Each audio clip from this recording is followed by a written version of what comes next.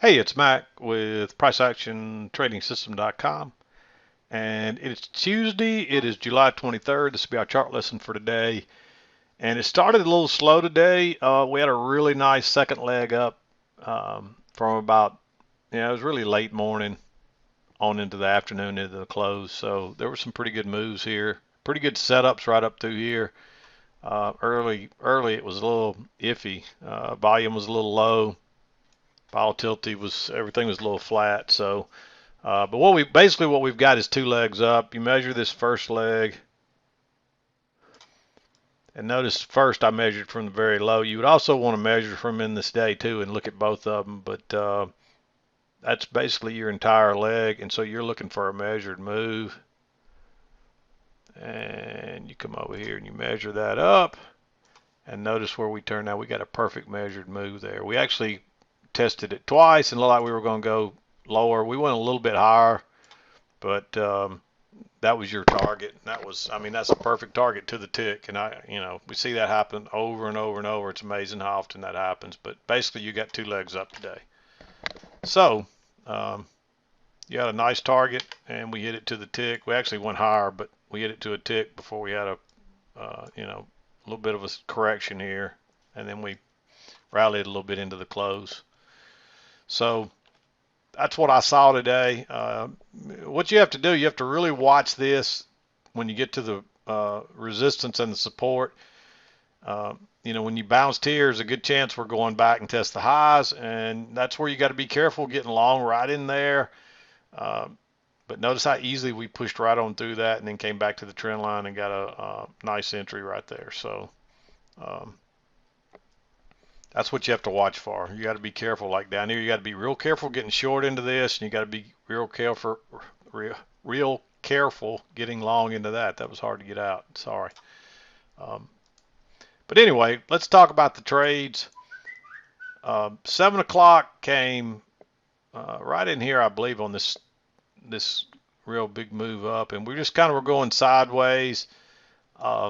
There's a possibility it's right at this trend line, but when prices couldn't break above that 3 times and then went lower, that's a failed second entry long, and that's probably going to trap some people, and you can see how quickly prices drop down. So you might consider that one. It's a little aggressive, especially that early, but you've been sitting here since 7, and it's already after 8:30, so that's not a bad entry. It's a little, you got to understand what's going on there and realize that this is probably going to trap some people and some longs are going to exit, but look how quickly it comes back. And then you get a second entry long right here because this is basically a new high right here. So first entry, and when it broke higher here, second entry. Actually, I would go long above this little bar right here, but your stop still has to go below the low of the swing here. And you would hope they'd push it. You would think prices would probably push on up for a new high, but you have to realize that we may be trying to test this gap that's on the daily. Notice this is where we closed yesterday, and this is where we opened at 8:30. So on the daily chart, there's a gap between those 2 points. There's no trading during the overnight, so there's no trading over here like you see. So you have to assume that. But right here, I kind of like going long just to ride it back to the EMA there, if you got room, with that being with us moving down and that being the first break of that trend line or convincing close outside. Of course, we come back to the trend line, we come back up. We really wouldn't have that trend line yet. You'd just be looking for prices to come back to the EMA. But we come back, you create your trend line, and then you try to go higher twice more. This is tempting, but you could get trapped right there. Notice, I guarantee you there's probably some of y'all that got trapped to the short side right there and thought you would outsmarted everybody, and then you just get outsmarted and it turns back down again on a failed second entry long. I definitely wouldn't be trying to get long right there with prices just bouncing off that, and we're making lower highs and lower lows. This is a downtrend. Obviously, we were expecting prices to try to retest this high, but you want a really good setup, and you don't want to be getting trapped on the wrong side. So I like going short right there. And then, of course, we come back and confirm that trend line and get this huge bearish bar. You probably couldn't get in right here. At this point, you got to assume we're trying to fill this gap and maybe even test the lows, the overnight lows down here. But this thing gapped over. I wouldn't have waited on it to come back here. you're really too far back. So you really basically what you had to do is just go short one tick below this right here, and you'd have to use a limit order because it did gap over. And I don't know if you'd have got filled or not. I don't think I would have waited on it to come back here because it could have taken off higher again, but it's a possibility. You could consider that, but that's, I marked it green, but I don't know how you'd want to play that. Then of course now you got a little trend working up, but that's the first break of this one, so you're probably going to get a retest, and prices may still try to fill this gap. But notice you're working up, you get a close outside, you make a new high.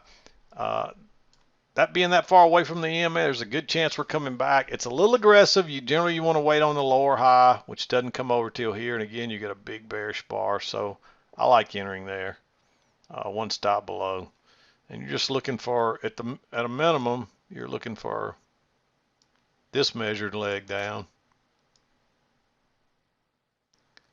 So that gives you a target of back down here, but you're also looking for prices to make a new low, and you're also looking for prices to possibly fill the gap, and then again you're looking for prices to also possibly test the overnight lows down here. So you got three different targets there, and if prices were to keep going, you'd look for a measured move. And that basically, that basically gives you the overnight lows. So it doesn't really give you an extra target almost, but that's what I'd be looking at. And if we come up short because of the support across here, then we're probably looking for prices to test this first, and then everything I just showed you on the way down, we're looking for in reverse on the way up. So that was a good trade there. And then we made a lower high here. This looks a little like this did over here, except we didn't push on through there. We broke higher. I don't know which way that actually broke, higher or lower first. I wasn't actually paying that much attention at that point, and so I'm not sure what happened there. Regardless, if you waited to this bar to close, the only way I would enter them was let it break lower, and then drop my limit order back up here where it went through when it broke below that bar, and see if I could get filled. You definitely want to have enough room to get out before you get to these lows, either way. So, and then of course we come down here and we start going sideways, and we drop down, make a new low, and really you get a double test. I generally don't like double tests when they're spread out this much, but it's still a double test on a little bigger picture. You do have a little trend line working down. You got a break, a new low.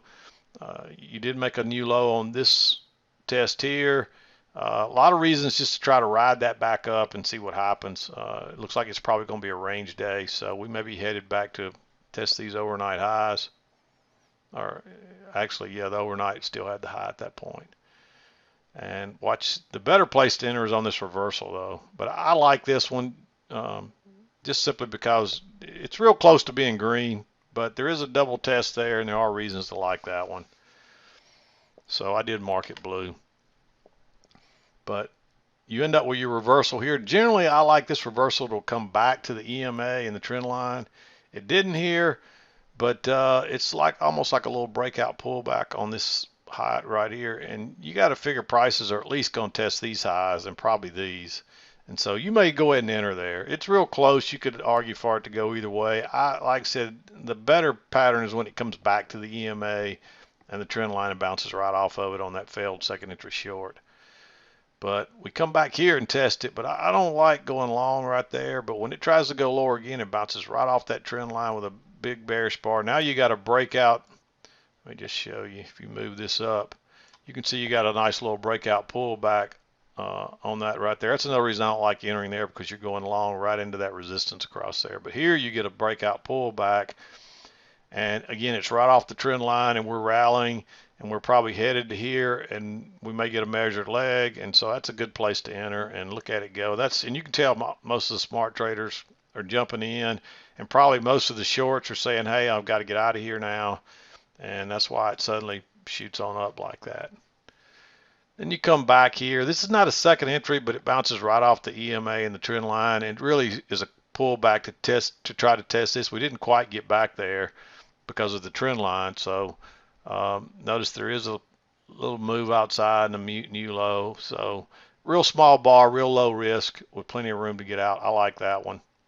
Another nice move. Then we come back again, and we do get a close outside, but we just start kind of going sideways. But finally, you get a little second entry long right here that bounces, makes a higher low than that last one. Notice that high, first entry. So that's a second entry long, and off it goes again.